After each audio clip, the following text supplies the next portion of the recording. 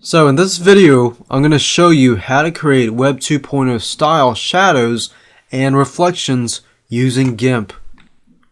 Now, to show you what I'm talking about, reflections as far as Web 2.0 goes, a lot of companies are using the new trend of showing anything glassy, reflections, and things like that. Like for example, iTunes on Apple.com. You'll notice that they use reflections for the graphics. eCovers for action scripts. This site is Cover Action Pro, and they have reflections on their eCovers as well as shadows. So the point is, this is just a great way to make your graphics come alive. So while you're looking at this eCover, for instance, it looks real because it's got that reflection. What I'm going to do here is take a screenshot of this website. And you can even do it of your own website and create a nice looking reflection. So how do I do this? How do I take a screenshot of this website through the internet browser? To do that, what you want to do is maximize the size of your screen, of course. And when you get the look that you want, then go ahead and press Alt Print Screen. You'll find it on your keyboard. It's Alt, hold down Alt, and hit down Print Screen, which is at the far top right of your keyboard. Once we do that, I'll go ahead and go to Gimp. Once you've copied that to your clipboard or taken that screenshot, you want to go to File, click on New, click on Template, and click on the biggest 1600 by 1200. Press OK, and go ahead and paste that here. And to do that, you need to click on Edit and paste.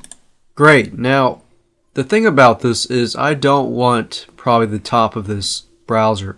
All I want is from here at the top down to the bottom. So I do that, and I'll go ahead and click on Image, Crop to Selection, so that I can crop the area that I want.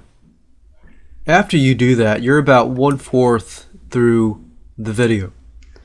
Now, what you need to do now is make a new image. So go to File, New, create a new template, pick 1600 by 1200, and we'll move that down here. Click on File, click on Dialogues, and click Create New Doc, Layers, Channels, and Paths.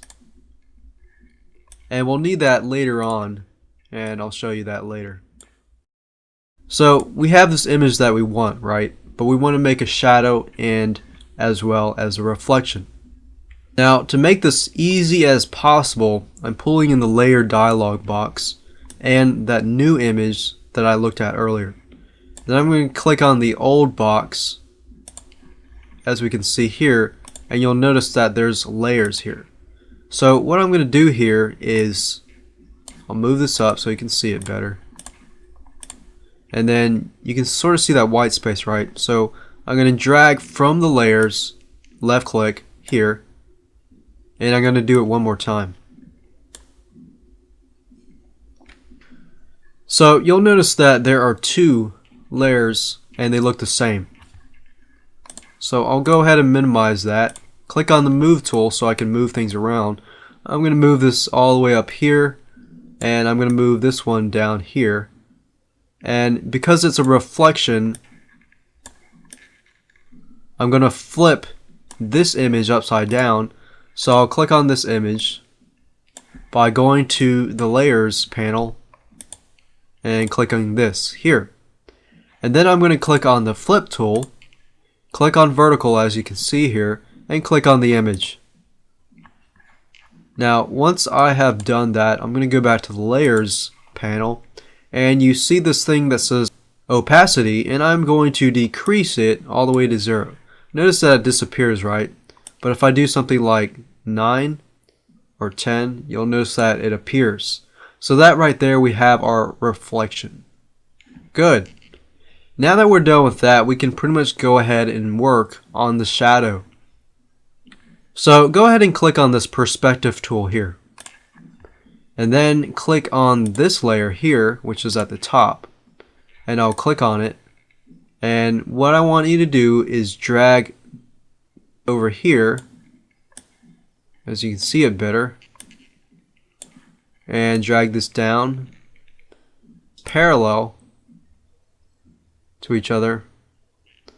And once I'm satisfied with that, I can go ahead and click transform on the perspective tool. So you see that here, and basically I'm going to turn all of this into black. Now currently this whole thing is selected, so if I do that, all of this in this box is going to become black. I don't want that, I just want this area here. So what I'm going to do is go to the layers box, right click, click on alpha to selection, which is going to select that area, and then I'm going to go to the paintbrush tool and make it black. So there we go. Good. Now that I'm done with that, I'm going to go back to that image that I created earlier, as you can see here, and I'm going to drag one more layer over here, and you can sort of get to see what I'm going at here. Click on move, click here, and move it up here. Now this kind of looks ugly, so I sort of want to blur it out. So what I want to do is select that. Okay, now that we have chosen that layer, what you want to do is right click, click on layer to image,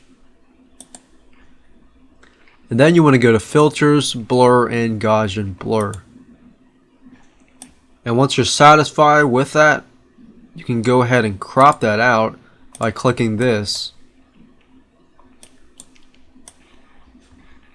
And you don't have to do it up to down here since it's a reflection, so you can stop anywhere about here. Click on image, crop to selection, and there you go.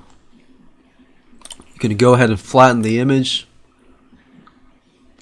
and of course when you want to save it, click on file, save as, and you can choose it JPEG, GIF, whatever you're looking for.